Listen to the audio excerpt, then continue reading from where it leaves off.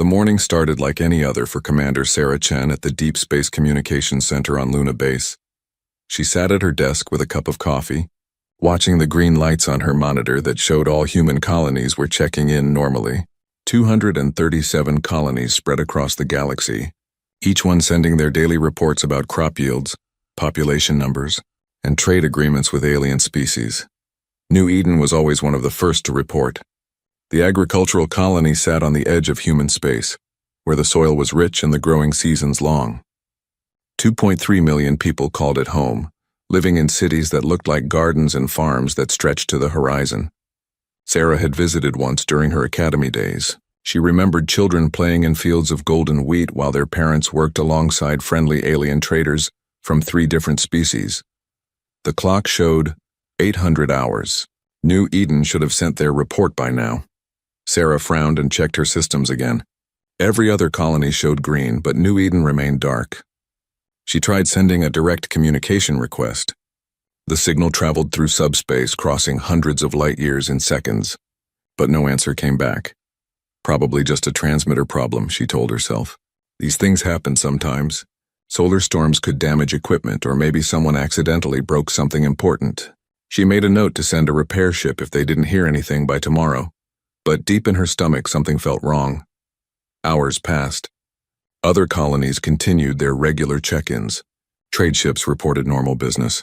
Everything seemed fine except for that one dark spot where New Eden should be. Sarah tried calling them every 30 minutes, but each attempt met only silence. By afternoon, she called her supervisor. Captain Rodriguez came to look at the screens, his weathered face showing concern. "How long since their last transmission?" he asked. 18 hours and counting, sir. They never miss a check-in. Could be equipment failure. Or maybe they're dealing with some emergency that's keeping them busy." But Sarah could see in his eyes that he was worried too. New Eden wasn't just any colony. It was one of their most successful settlements, a shining example of human expansion into the galaxy. The kind of place that made other species respect humanity as partners rather than just newcomers. "I want to send a probe," Rodriguez said finally.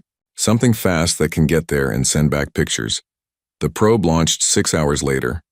It would take 2 days to reach New Eden, even traveling faster than any manned ship could go. Sarah barely slept during those 2 days, checking her screens every few hours and hoping to see that familiar green light appear. When the probe finally arrived at New Eden's star system, the first pictures it sent back made Sarah's coffee mug slip from her hands and shatter on the floor. Where New Eden should have been, there was only a ball of cooling rock. The planet's surface glowed red-hot like metal fresh from a forge. The oceans had boiled away. The atmosphere was gone. Nothing lived there anymore. Nothing could live there anymore. The probe sent more pictures as it moved closer. Debris floated in space around the dead world. Pieces of buildings, twisted metal from vehicles, and chunks of what used to be spacecraft. Sarah recognized some of the wreckage from the colony's small defense ships, but they were melted and broken like toys stepped on by a giant. Captain Rodriguez stood behind her, his hand on her shoulder as they watched the horror unfold on the screens. Other officers gathered around, their faces pale and shocked. Someone was crying. Sarah realized it was herself. "Who did this?" she whispered. The probe had instruments that could analyze the weapon signatures left in space. The readings came back clear and undeniable. Energy weapons with a specific frequency pattern. Particle beams with a particular isotope signature. Sarah had seen these patterns in intelligence reports before. "The Kethvar," Rodriguez said, his voice hard as steel. "It's their weapons. No doubt about it." The Kethvar hegemony was one of the older species in this part of the galaxy. Tall reptilian beings who ruled over dozens of worlds and considered themselves superior to younger races like humanity. They had been expanding their territory aggressively for the past century, always looking for new planets to add to their empire. But they had signed treaties. There were laws. The Galactic Council was supposed to prevent this kind of thing from happening. "Sir?" Sarah said, her voice shaking. "We need to contact Earth immediately, and the Galactic Council. This is genocide." Rodriguez nodded grimly. "Send everything we have to Earth Command. Every picture, every sensor reading, every piece of evidence." "And Sarah?" He looked at her with eyes that suddenly seemed much older. "Market Priority Alpha. Use the emergency channels." The message reached Earth in 4 hours. Within minutes of its arrival, Every major government leader was in emergency session. The president of the Earth Alliance stood before the global assembly with tears in her eyes as she showed the images from New Eden. "Ladies and gentlemen," she said, "we have just witnessed the complete destruction of one of our colonies. 2.3 million human lives were ended in a single day. Men, women, and children who wanted nothing more than to build homes and grow food on a distant world. The chamber was silent as death. We have proof that this atrocity was committed by the HFY hegemony. They glassed an entire planet. They murdered every living thing on New Eden for no reason, except that they wanted the world for themselves. Emergency communications went out to every human colony and ship. The news spread through human space like wildfire. On Earth, crowds gathered in the streets, their faces showing a mixture of grief and rage that hadn't been seen since the ancient world wars.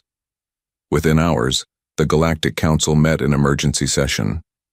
Representatives from dozens of alien species gathered in their grand chamber on neutral ground, speaking in hushed tones about the tragedy at New Eden. The human ambassador presented the evidence with a calm voice that hid the fury burning inside him. The HFY representative, a tall being with scales like armor and eyes like yellow flames, showed no emotion as he listened to the accusations. When his turn came to speak, he stood slowly and addressed the council with arrogance. "The world in question was in disputed territory," he said. "The humans had no legal claim to it. We were simply reclaiming what was rightfully ours." The human ambassador's face went white. "You murdered 2.3 million innocent people. We cleared an illegal settlement from our territory. The humans were warned to leave. They chose to stay." Several alien representatives shifted uncomfortably in their seats. The council leader, an ancient being whose species had seen thousands of years of galactic history, called for order. "The council will investigate this matter thoroughly," the leader announced. "If wrongdoing is found, appropriate sanctions will be considered." Sanctions, not justice, not punishment, just economic penalties that the HFY could easily ignore. The human ambassador stood slowly. "And how long will this investigation take?" "Such matters require careful study. Perhaps 6 months, maybe a year." "A year." The ambassador's voice was deadly quiet. "A year to decide whether the murder of 2.3 million humans deserves a response." He gathered his papers and walked toward the exit. At the door, he turned back to address the council one final time. "Earth will remember who stood with us today, and who did not." Back on Earth, President Chen stood in the secure bunker deep beneath the Capitol building. Around her gathered the military leaders, intelligence chiefs, and government officials who would decide humanity's response. "The council has failed us," she said simply. "We are alone in this." General Harrison, the old soldier who commanded Earth's military forces, stepped forward. "Madam President, I recommend we activate Protocol 7. Protocol 7. Total war authorization. The emergency powers that had been written into law but never used. The protocol that would transform the entire human civilization into a weapon of war." The president looked around the room at the grim faces staring back at her. "All in favor?" Every hand rose without hesitation. Protocol 7 is now in effect. God help us all. The changes began within hours of Protocol 7's activation. Across 300 human worlds, factory sirens wailed as production lines shut down and retooled for war. Civilian shipyards that had been building cargo haulers and colony vessels received new blueprints. Instead of peaceful ships designed to carry families to new homes, they would now build instruments of destruction. Admiral Marcus Steele stood on the observation deck of the Mars naval yards, watching as thousands of workers swarmed over the construction bays like ants. He had been pulled from retirement just 12 hours ago, called back to service by a direct order from Earth Command. At 70 years old, he was one of the few humans who remembered real war. The border wars had ended 30 years ago, fought against raiders and pirates on the edge of human space. Steele had been a young captain then, commanding a destroyer in battles that most people had forgotten. Those conflicts taught humanity hard lessons about space combat, lessons that the rest of the galaxy had never learned. "Sir," his aide said, approaching with a tablet full of reports. "The latest production numbers." Steele took the tablet and studied the figures. Even he was amazed by what humanity could accomplish when fully mobilized. In just 1 week, the production rate for military vessels had increased by 3,000%. Civilian factories converted their assembly lines overnight. Mining operations on 100 worlds doubled their output to feed the hungry war machine. How many ships can we build per week at current capacity? Steele asked. At full production, sir? Approximately 8,000 vessels per week across all yards. That's everything from destroyers to dreadnoughts. 8,000 ships per week. The entire Kethvar Navy consisted of maybe 12,000 vessels total. Humanity was building more ships in a single week than most species owned in their entire fleets. But it wasn't just about numbers. Steele had spent the last week reviewing intelligence reports about alien military technology. The Kethvar used energy weapons almost exclusively, just like most older species. They built their ships to withstand laser fire and particle beams. Their armor and shields were designed around threats they understood. They had never faced human weapons. Humanity had developed kinetic weaponry during the border wars, rails guns that fired solid, projectiles at a significant fraction of light speed, fusion torpedoes that could crack a planet's crust, missile swarms that overwhelmed point defense systems through sheer numbers, weapons that the galaxy's older species considered primitive and barbaric. They were about to learn why those weapons were so effective. Admiral, another aide approached. We have a priority message from Earth Command. The hologram that appeared showed President Chen, but she looked older than she had just days ago. The weight of command during wartime was already taking its toll. Marcus, she said, using his first name as they had known each other for decades. I need to know how long until we're ready. 6 months for full deployment, Madam President. We'll have 500,000 combat vessels ready for action, supported by another 100,000 logistics ships. Even through the hologram, Steele could see Chen's eyes widen. 500,000? Marcus, are you certain those numbers are correct? Yes, ma'am. Our industrial capacity far exceeds what most species believe possible. They think like small populations with limited resources. They don't understand what 200 billion angry humans can accomplish when working together. 200 billion. The total human population spread across 300 worlds. Most alien species numbered their populations in the millions or low billions. Even the mighty Kethvar hegemony had only about 50 billion citizens across all their worlds. But humanity had grown fast during their expansion into space. Large families were encouraged to populate new colonies. Medical advances kept people healthy and productive well into their hundreds. Immigration from Earth to the colonies had been massive, and each generation born in space had more children than the last. Now all those numbers would be turned toward war. What about personnel? Chen asked. Volunteering exceeded our capacity to train them, ma'am. We've had to turn people away. Apparently, the destruction of New Eden affected people more deeply than we anticipated. That was putting it mildly. The images from New Eden had been broadcast across all human worlds, and the reaction was unlike anything in recorded history. Recruitment centers were overwhelmed by volunteers. Some were crying as they signed their enlistment papers. Others were coldly angry, with expressions that reminded Steele of his own face when he looked in mirrors these days.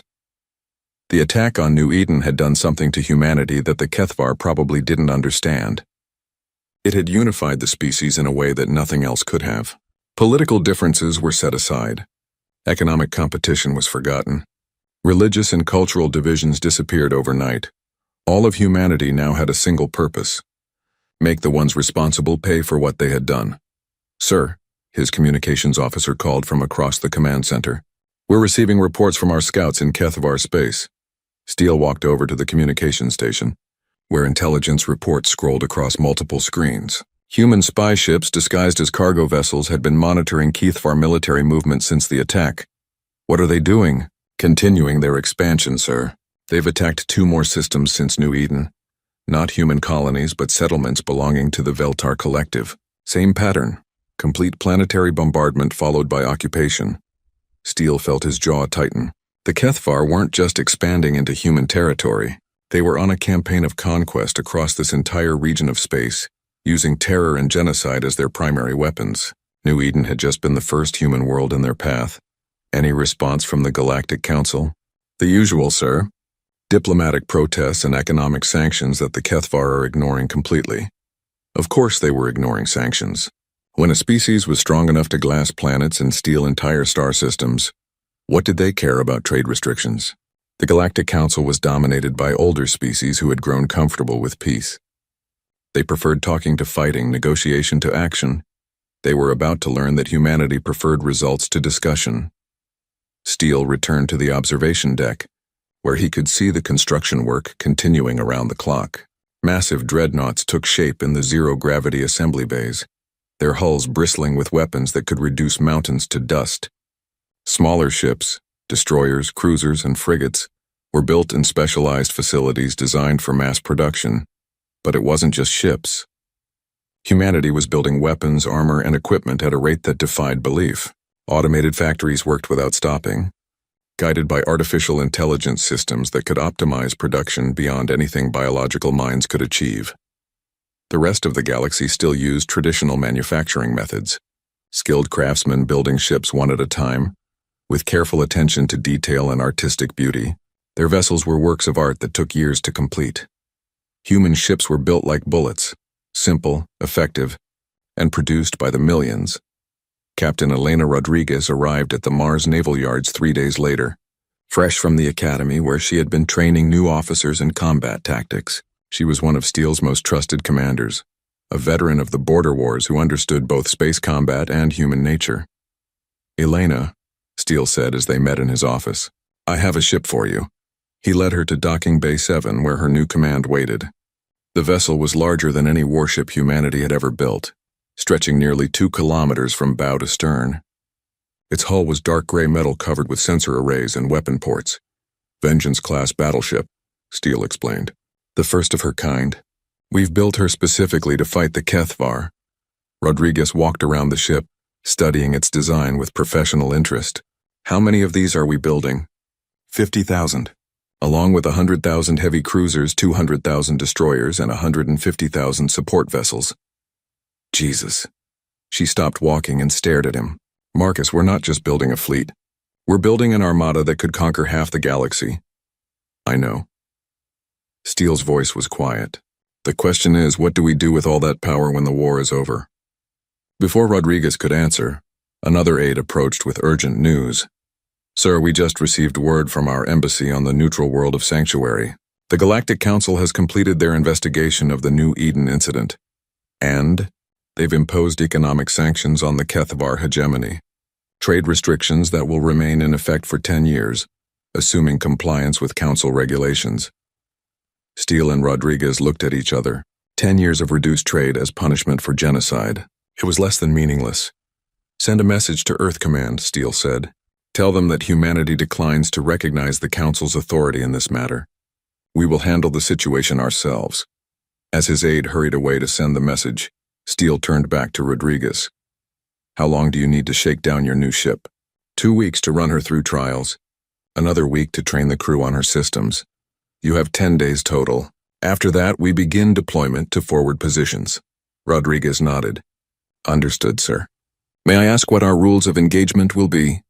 Steele was quiet for a long moment, looking out at the construction yard 6 months after New Eden turned to glass. Captain Elena Rodriguez stood on the bridge of the HFS Retribution and watched the most incredible sight in galactic history unfold before her. Stretching in every direction farther than sensors could reach, 500,000 human warships hung in perfect formation. The fleet was so large that it had to be organized into 7 separate battle groups, each one bigger than the combined navies of most alien civilizations. Rodriguez commanded Battle Group 7, which consisted of 60,000 ships, ranging from nimble destroyers to massive dreadnoughts that could crack moons in half. "Status report," she ordered. "All ships report ready for combat operations," her tactical officer announced. "Weapon systems armed, shield generators at full power, and jump drives charged for immediate transit."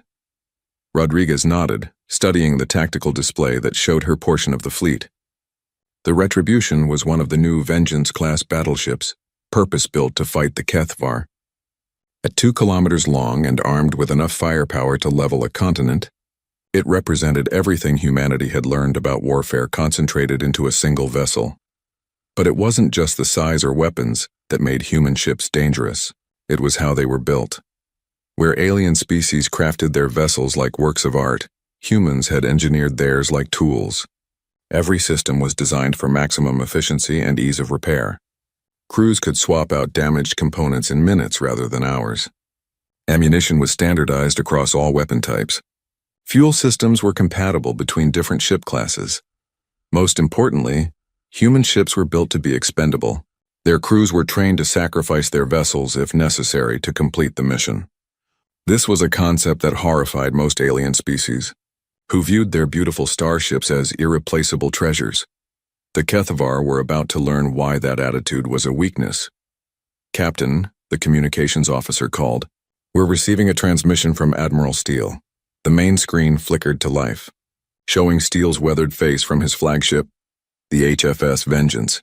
Behind him, Rodriguez could see the bustling activity of the fleet's command center, where hundreds of officers coordinated the movement of 500,000 ships, all battle group commanders.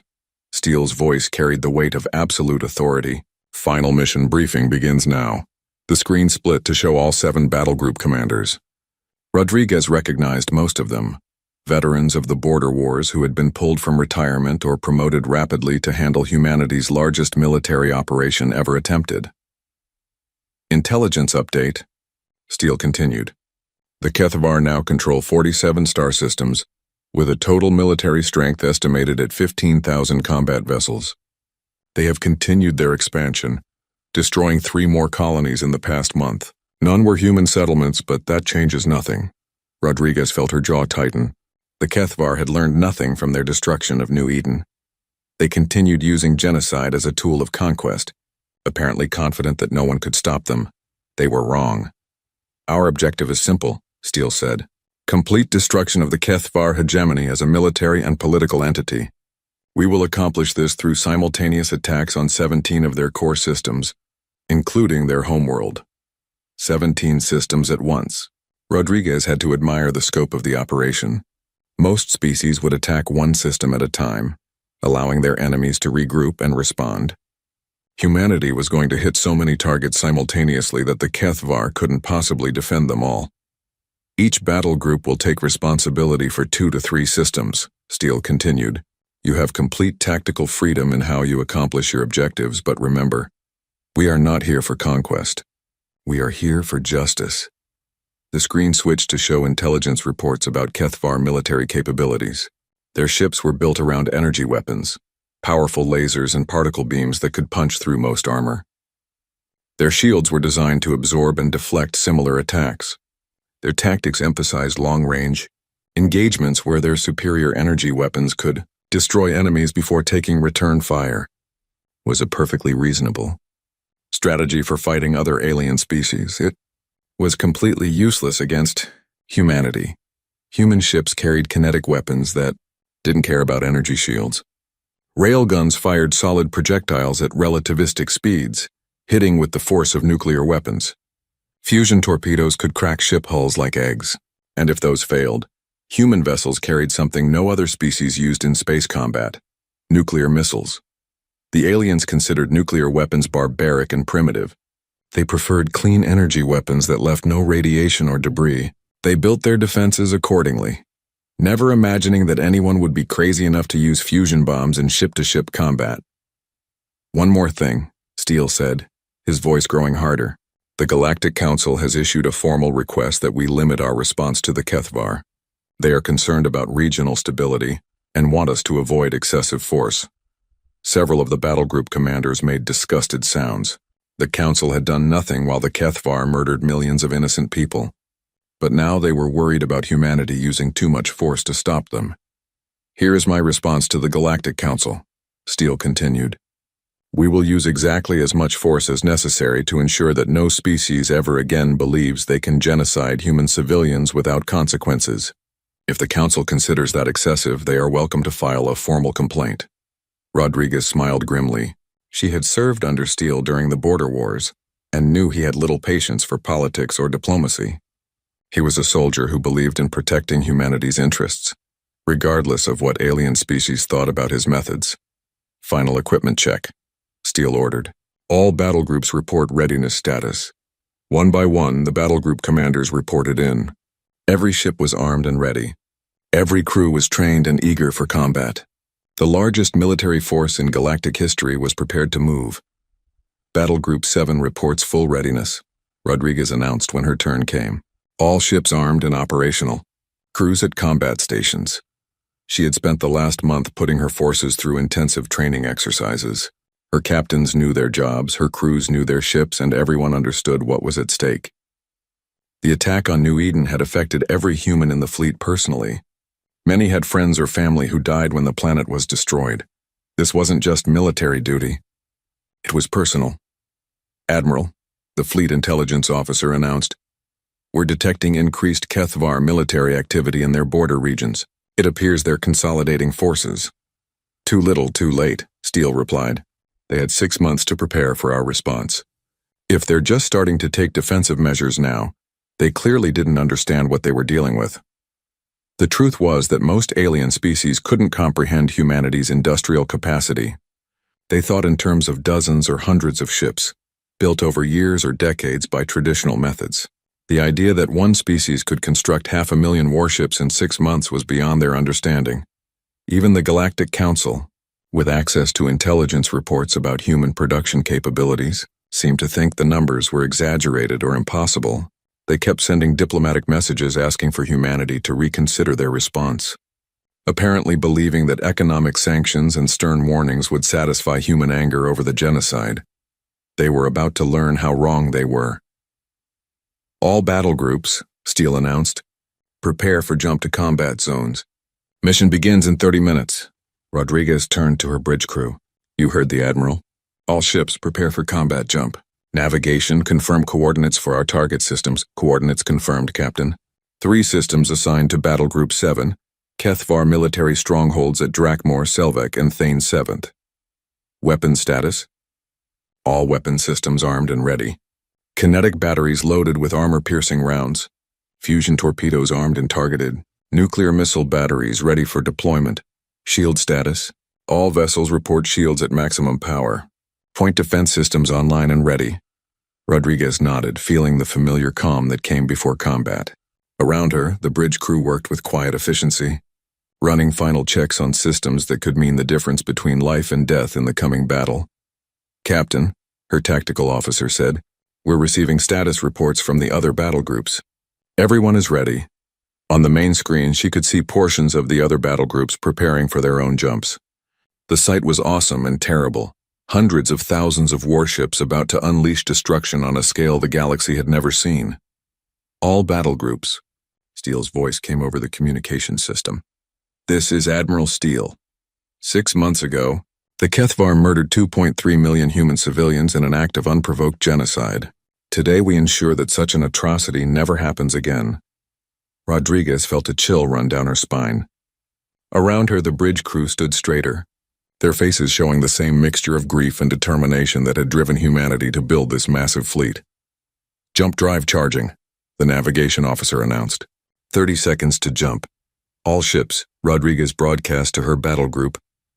The Kethvar defense fleet at Drakmor system detected the incoming human ships 3 minutes before they arrived. Admiral Zektar, commanding from his flagship Burning Talon, stared at his sensors in disbelief as the readings showed impossible numbers. "Scan again," he ordered his sensor operator. "These readings cannot be correct." "Sir, sensors confirm. Multiple contacts incoming. Estimate 60,000 enemy vessels." Zektar's scaled hands gripped his command chair. His entire defense fleet consisted of 800 ships, considered one of the strongest forces in Kethvar space. The humans were bringing 75 times that number. "Impossible," he hissed. "No species has that many ships. The scanners are malfunctioning." But deep down, he knew the truth. The humans had been building for 6 months while the hegemony ignored their threats. Now those threats were becoming reality. Space rippled with energy as 60,000 human warships materialized in perfect formation. Captain Rodriguez's Battle Group 7 had arrived at their first target, and the sight that greeted them filled her with savage satisfaction. "Tactical analysis," she ordered. "Enemy fleet consists of approximately 800 vessels, mostly heavy cruisers and battleships. They're moving to intercept us, but their formation suggests they expected a much smaller force." Rodriguez studied the tactical display. The Kethvar ships were spreading out, trying to use their superior range and energy weapons to engage the humans before they could close to kinetic range. It was exactly what human intelligence had predicted they would do. It was also exactly the wrong strategy. "All ships, Rodriguez broadcast to her battle group. Execute Battle Plan Alpha. Kinetic bombardment range. Maximum firepower. The human fleet didn't try to close with the enemy. Instead, they opened fire at a distance of 2 million kilometers with weapons the Kethvar had never faced before. Railgun projectiles, accelerated to 10% of light speed, crossed the space between the fleets in seconds. The Kethvar energy shields, designed to deflect lasers and particle beams, offered no protection against solid matter traveling at relativistic speeds. The first volley from Battle Group 7 fired 600,000 kinetic rounds. Simultaneously, Admiral Zektar watched in horror as his flagship screens lit up with impact warnings. Solid projectiles slammed into his ships with the force of nuclear weapons, punching through armor that could withstand any energy weapon in the galaxy. "Shields are useless," his tactical officer screamed. "They're firing solid projectiles. Our barriers can't stop them. Return fire! All weapons!" The Kethvar fleet responded with their own weapons, sending brilliant beams of coherent energy toward the human ships. The lasers and particle beams that had destroyed countless enemies struck human shields and armor designed specifically to absorb energy attacks. The human casualties were minimal. The Kethvar losses were catastrophic. Within the first 5 minutes of combat, 200 Kethvar ships were destroyed. Their energy weapons, while powerful, couldn't penetrate human defenses at long range. Meanwhile, human kinetic weapons continued to tear through their formations like bullets through paper. "Sir," Rodriguez's tactical officer reported, "enemy fleet is breaking formation. They're trying to close to energy weapon range." "Let them come," Rodriguez replied coldly. "All ships prepare fusion torpedoes. Fire when they reach optimal range." The surviving Kethvar ships charged forward, hoping to get close enough for their weapons to be effective. Admiral Zektar led the charge in his damaged flagship. Scales bristling with rage and desperation, they managed to close the distance to 500,000 kilometers before the humans fired their second weapon system. Fusion torpedoes, each one carrying a small star's worth of destructive power, streaked across space toward the charging Kethvar fleet. Unlike the kinetic rounds, these weapons could be intercepted by point defense systems. But the Kethvar had never faced weapons like these either. Their point defense was designed to stop small missiles and fighter craft, not torpedoes the size of shuttlecraft carrying multi-megaton fusion warheads. The torpedoes detonated in brilliant flashes that briefly outshone the system's star. Entire Kethvar battleships vanished in the nuclear fire, their armor vaporized by temperatures that could melt planets. "Impossible," Admiral Zektar whispered as he watched his fleet die around him. "How can they build so many ships? How can they arm them with such weapons?" He was discovering what many alien species would learn in the coming hours. Humanity didn't fight wars the way other civilizations did. They fought to win, quickly and completely, using every advantage they could gain. "Sir," his communications officer called out, "we're receiving surrender offers from several of our ships." Zektar's pride warred with his survival instinct. The Kethvar had never surrendered to an inferior species. But as he watched another squadron of his ships disappear under human fire, he realized that humanity was far from inferior. "Open a channel to the human fleet," he ordered. Rodriguez's image appeared on his screen, showing a human female in military uniform. Her expression was cold as winter space, and her eyes held no mercy. "This is Captain Elena Rodriguez of the human fleet. You have 30 seconds to surrender all remaining vessels, unconditionally." "I am Admiral Zektar of the Kethvar hegemony," he replied, fighting to keep his voice steady. "I demand to know by what authority you attack our territory." "By the authority of 2.3 million murdered humans," Rodriguez answered. "You have 20 seconds. Zektar realized with shock that the human wasn't interested in negotiation or diplomacy. She wasn't going to explain humanity's superior firepower or gloat about their victory. She simply wanted his surrender or his destruction, and she didn't care which. We surrender. All ships stand down weapons and prepare to be boarded."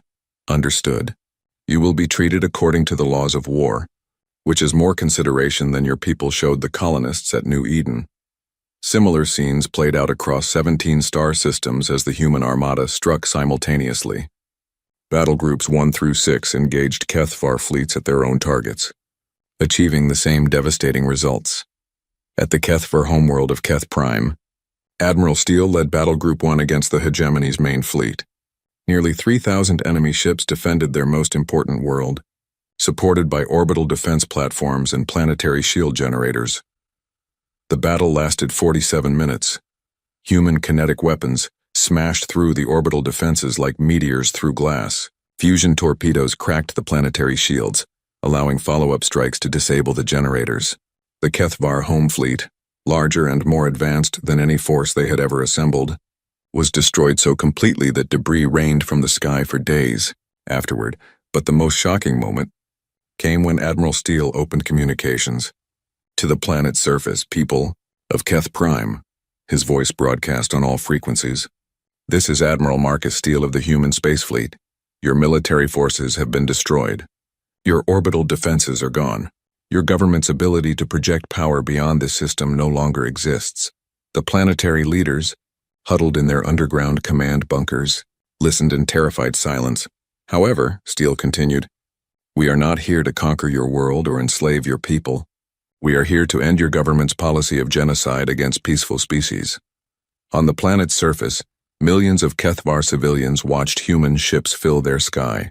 They had been told that humans were weak, primitive beings who could be crushed easily. Instead, they saw weapons of unimaginable power held in check by beings who chose restraint when they could have chosen destruction. Your military will be disbanded, Steele announced. Your government will surrender unconditionally. Any attempt to rebuild your war machine will result in permanent occupation of your worlds.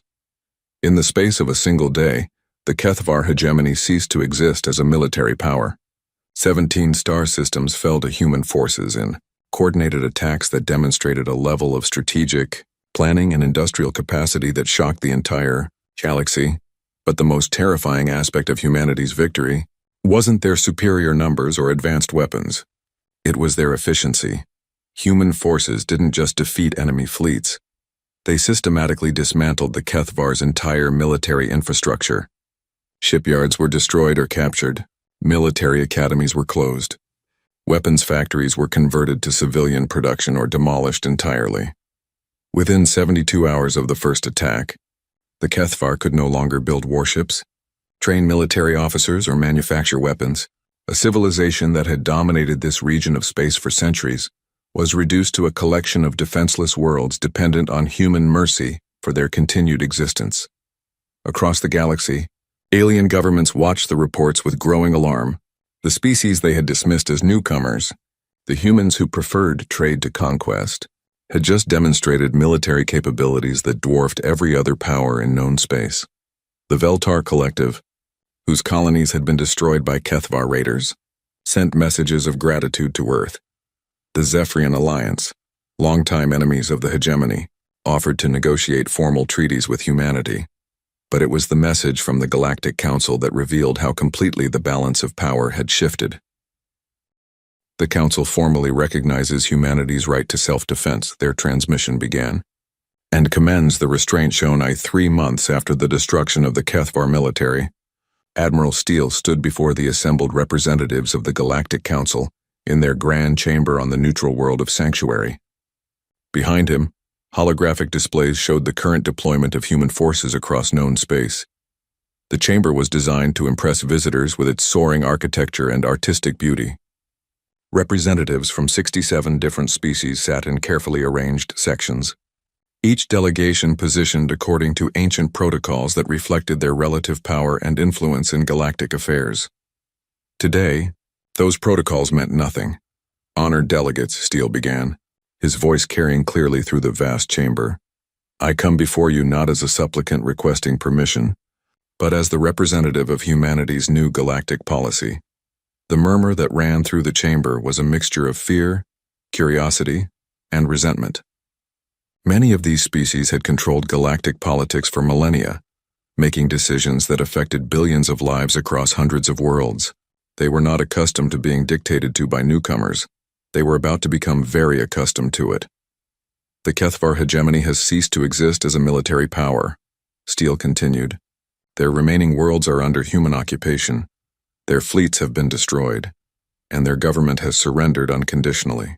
This operation required exactly 72 hours to complete. The holographic displays behind him showed the aftermath of humanity's assault. Former Kethvar worlds now flew human flags alongside local governments that had been reorganized under human supervision. The massive shipyards that once built instruments of conquest were being converted to produce peaceful vessels for exploration and trade. But the most telling image was the deployment map showing current human fleet positions. As you can see, Steele said, gesturing to the display, the 500,000 vessels of the human space fleet have not returned to Earth. Instead, they have established permanent patrol routes throughout this region of the galaxy. The Zephyrian delegate, a tall being with crystalline features, rose from his seat. Admiral Steele, surely such a massive deployment is unnecessary now that the Kethvar threat has been eliminated. Steele turned to face the speaker, his expression neutral but his eyes cold as deep space. The Kethvar threat was eliminated because we deployed overwhelming force. The patrol fleets ensure that no similar threat emerges from any other source. The implication was clear, even to species that preferred subtle diplomacy to direct confrontation. Humanity was not withdrawing its military forces.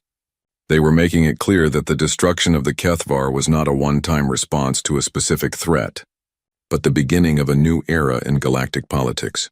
Furthermore, Steele continued, humanity is announcing a new doctrine that will govern our interactions with all species in this galaxy. The chamber fell completely silent. Even the translation system seemed to hum more quietly as every delegate strained to hear what came next. Any government, organization, or species that commits genocide against human colonies or civilians will face complete military annihilation. This is not a threat or a warning. It is a statement of fact. The Theran ambassador, representing one of the galaxy's oldest civilizations, stood with obvious distress. Admiral, such a doctrine represents a fundamental change in how interstellar law operates. The Galactic Council has established procedures for dealing with conflicts between species. The Galactic Council's procedures, Steele replied, resulted in economic sanctions against a government that had just murdered 2.3 million innocent people. Those procedures failed to provide justice or prevent further atrocities. He paused, allowing his words to sink in before continuing. Humanity no longer recognizes the Council's authority to adjudicate crimes against our people. We will handle such matters ourselves, with whatever level of force proves necessary. The political implications sent shockwaves through the assembled delegates. For thousands of years, the Galactic Council had been the supreme authority for resolving disputes between species. Humanity was essentially declaring independence from the established order, backed by military might that exceeded anything the galaxy had ever seen. But Admiral, the Veltar representative interjected, surely you don't intend to police the entire galaxy? Such a responsibility would be beyond any single species. We have no interest in policing the galaxy, Steele answered. Most species are capable of coexisting peacefully without external supervision. Our concern is exclusively with those who choose genocide as a tool of policy. The distinction was important, and the more perceptive delegates understood it immediately. Humanity wasn't claiming the right to interfere in normal diplomatic disputes or territorial conflicts. They were specifically targeting the worst crimes, the complete destruction of entire populations for political or territorial gain. However, Steele continued, we recognize that our new role requires certain adjustments to existing arrangements.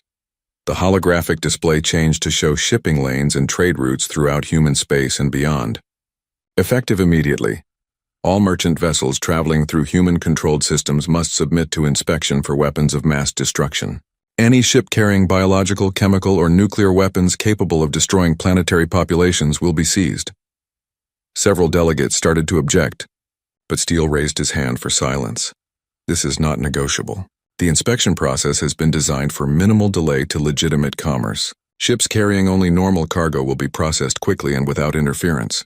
However, any attempt to smuggle planet-killing weapons through human space will be treated as an act of war. The message was clear. Humanity was not just concerned with direct attacks on their colonies. They were taking steps to prevent any species from acquiring the tools needed for genocide. Regardless of their intended targets, Admiral, the Council's presiding officer asked, what assurance can you give that humanity will not abuse this new power? History shows that military supremacy often leads to oppression of weaker peoples. For the first time since beginning his speech, Steele smiled. It was not a pleasant expression. The assurance, honored delegate, lies in observing what we have already done. The Kethvar homeworld remains intact. Their civilian population has been harmed only to the extent necessary for military operations. Their local governments continue to function under human oversight. The holographic display showed scenes from occupied Kethvar worlds. Human soldiers worked alongside local police forces to maintain order. Civilian infrastructure was being rebuilt with human assistance. Schools and hospitals operated normally, with human doctors and teachers working beside their Kethvar counterparts. We could have glassed every Kethvar world the way they glassed New Eden, Steele said quietly. We chose not to. We could have enslaved their population or seized their resources. We chose not to. We could have banned their culture, suppressed their language, or destroyed their historical sites. We chose not to. The chamber was so quiet that the ventilation system seemed loud by comparison. Every delegate understood they were witnessing a pivotal moment in galactic history. Humanity's restraint is not a sign of weakness, Steele continued. It is a sign of our commitment to justice rather than revenge. But make no mistake, that restraint has limits. The display changed one final time, showing a star map of the entire galaxy with current fleet positions marked in blue. Human ships were distributed across dozens of systems, positioned to respond quickly to threats anywhere in known space. The 500,000 ships of the human space fleet will remain on active patrol indefinitely. Additional vessels are being constructed to replace any losses and expand coverage to previously undefended regions. By the end of this year, no corner of the galaxy will be more than 72 hours away from human intervention. Steele paused, letting the enormity of that statement sink in. 72 hours? In 3 days, humanity could bring overwhelming force to bear on any target in the galaxy. The age when genocide could be committed in remote systems, safe from retaliation, was over. In conclusion, Steele said, I invite any species that values peace and coexistence to continue normal relations with humanity. Our merchants will trade fairly, our diplomats will negotiate honestly, and our scientists will share knowledge freely. His voice hardened as he delivered the final words. But to any government that believes it can murder innocent civilians without consequence, I offer this advice: remember New Eden, remember the Kethvar, and choose very carefully whether you want to discover if humanity's mercy has limits. Steele turned and walked from the chamber, leaving behind a room full of delegates who were already composing urgent messages to their home governments. The balance of power in the galaxy had shifted permanently, and everyone knew it. 6 months later, construction was completed on the New Eden Memorial Station. The massive structure orbited the dead world star at the exact coordinates where the colony had once thrived. Its halls contained the names and images of every person who had died in the Kethvar attack, along with historical displays showing what their world had been like before its destruction.